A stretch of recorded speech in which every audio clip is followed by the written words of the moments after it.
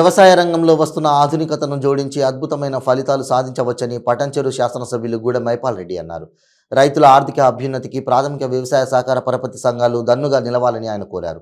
పటంచెరు మండలం ముత్తంగి గ్రామంలో 60 లక్షల రూపాయలతో నిర్మించిన ప్రాథమిక వ్యవసాయ సహకార పరపతి సంఘం కార్యాలయం భవనాన్ని ఆయన ప్రారంభించారు.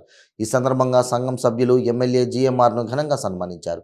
అనంతరం ఏర్పాటు చేసిన సమావేశంలో ఆయన మాట్లాడుతూ నియోజకవర్గంలోని రైతులు పండించిన పంటల నిల్వ కోసం ఆధునిక గోదాములు నిర్మించడం జరిగిందని తెలిపారు.